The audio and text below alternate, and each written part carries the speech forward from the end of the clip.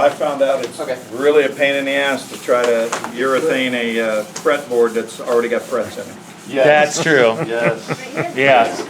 Yes, and the Simtech works great on, like for if you're going to do a fingerboard, you want to do it before you put frets in there.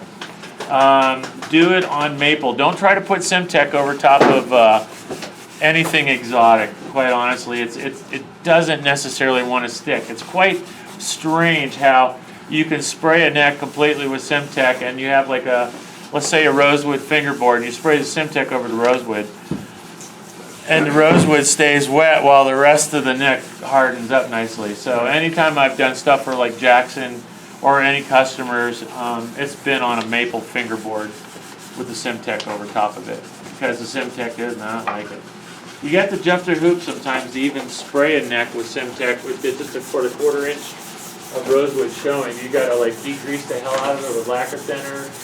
Some people put lacquer down first and then put the Simtech over top of it, because the lacquer kind of doesn't react. Yeah, and it doesn't react like the Simtech does. Breaks down the oil A little bit. I know you know, one of the tricks too was acetone. Yes. You know, yeah. Super glue on the acetone, yeah. super glue. Yep.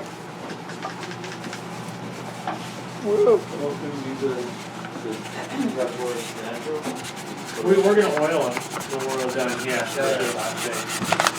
Is gonna land when it's coming out of the airbrush. That's the thing. You don't know where it's gonna go. You got to kind of adjust to that. You get used to it when you're working, you know.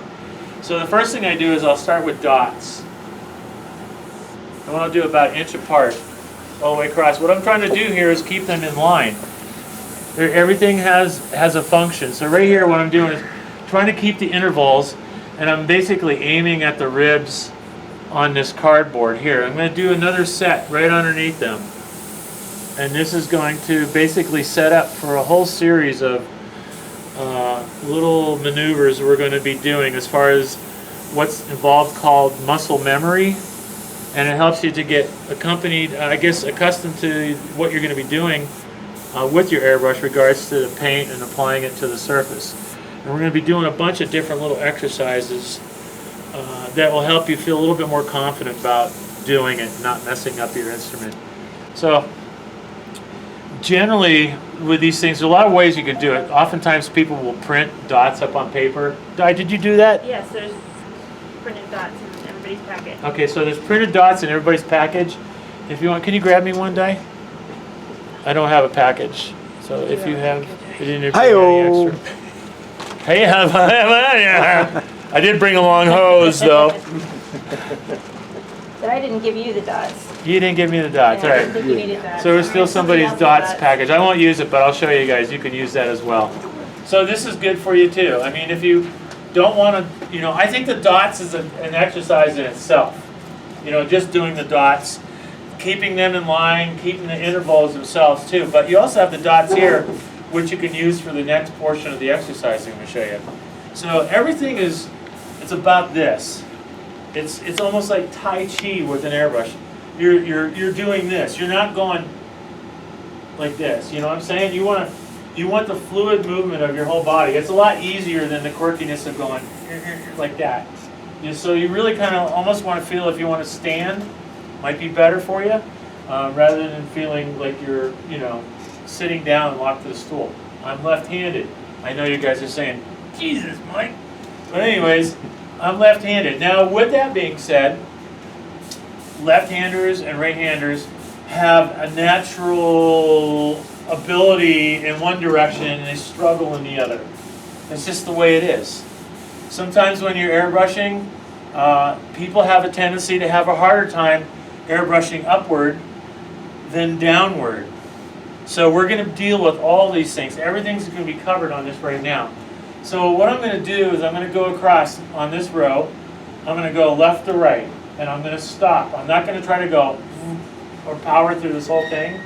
I actually want to stop, start, stop, start, stop, start, stop, start, stop, start, stop, start, stop, start, stop. So I got the whole top line connected with intervals, starting, stopping, starting, stopping. And another thing that you're focusing on while you're doing it is the thickness of line control. how wide is that line? Try to keep the consistency of that line. There's going to be exercises that we'll work on that are going to allow us to broaden the application so that we're spraying more material than the next. So now I'm going to go right to left.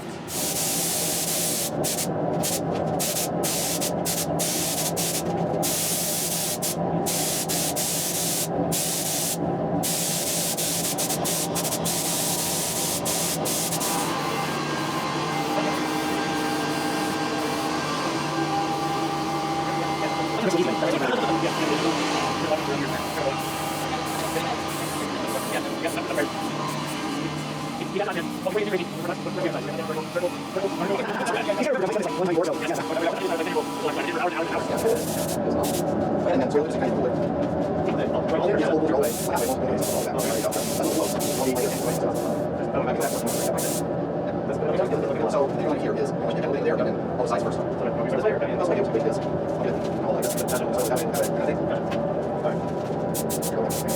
Never with the airbrush.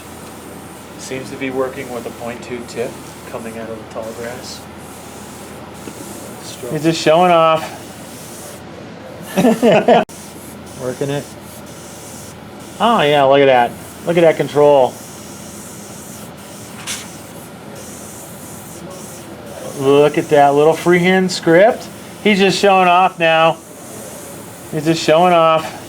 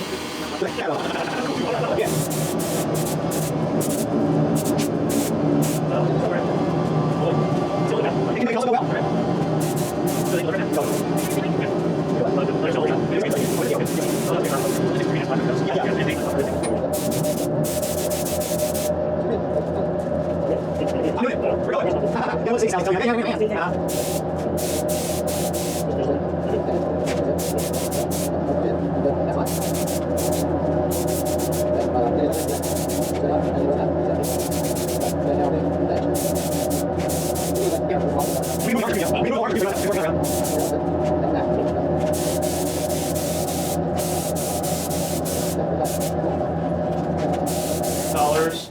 And of course, if you know the color wheel, you know, yellow and red make the orange, yellow, blue make the green. And that'll give us the opportunity to try to keep things to a minimal amount of mess as far as like mixing custom colors, and we can make everything in the color spectrum that we want. You got blue, yellow, red, real heavy edge, like you pounded so much paint on there to get the opacity. So oftentimes the best way to get the least amount of coverage issues is to simply put white down lightly. You know, not necessarily completely opaque, but you know, maybe 30–40% white on there will help neutralize the color that's behind it. And then when you put your color over top of it, it's going to get that real fast. So I'm going to do that here really quick as soon as I get some white. So I'm just going to kind of show you guys with this particular element on this design that I'm working on for the Memphis Belle, how I'm going to approach it. Now the white, I'm going to throw in there, blow up a little bit of whatever's in there.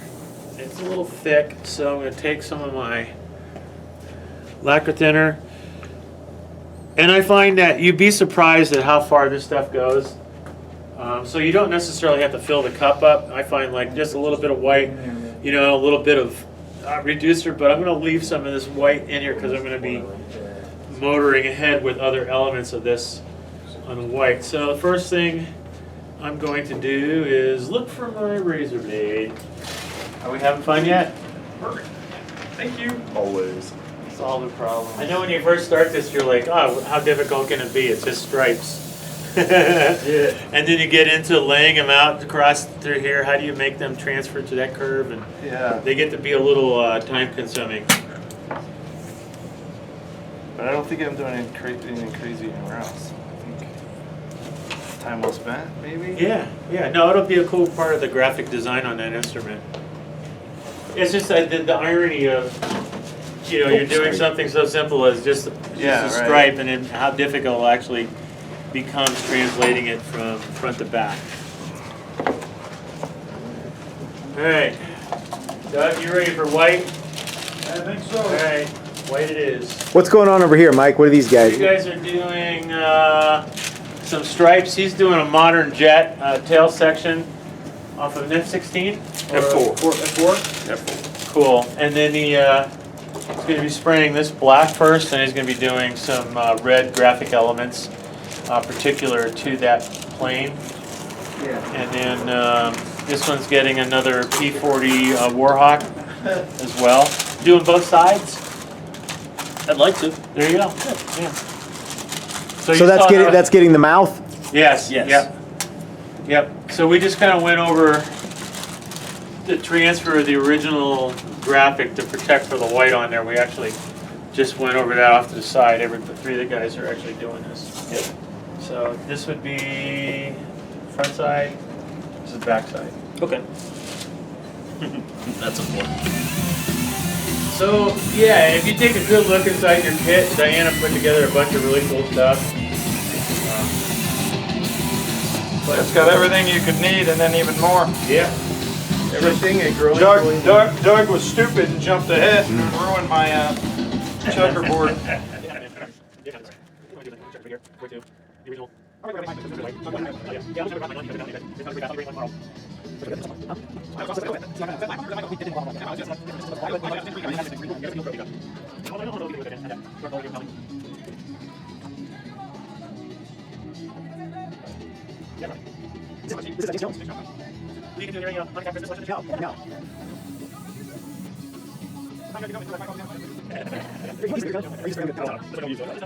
don't like breathing all this shit in either.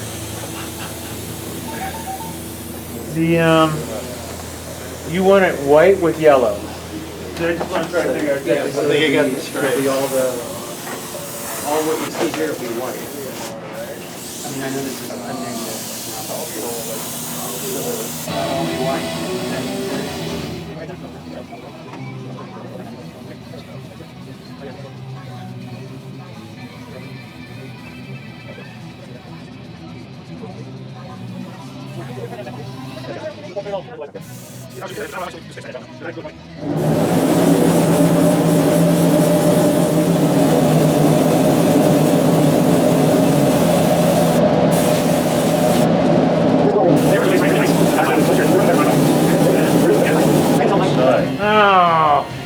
Oh, Stuck it to the no, it ain't gonna go to that. And the Di, you want to cut another shark's mouth down there? Up, shark's mouth, sir. All right.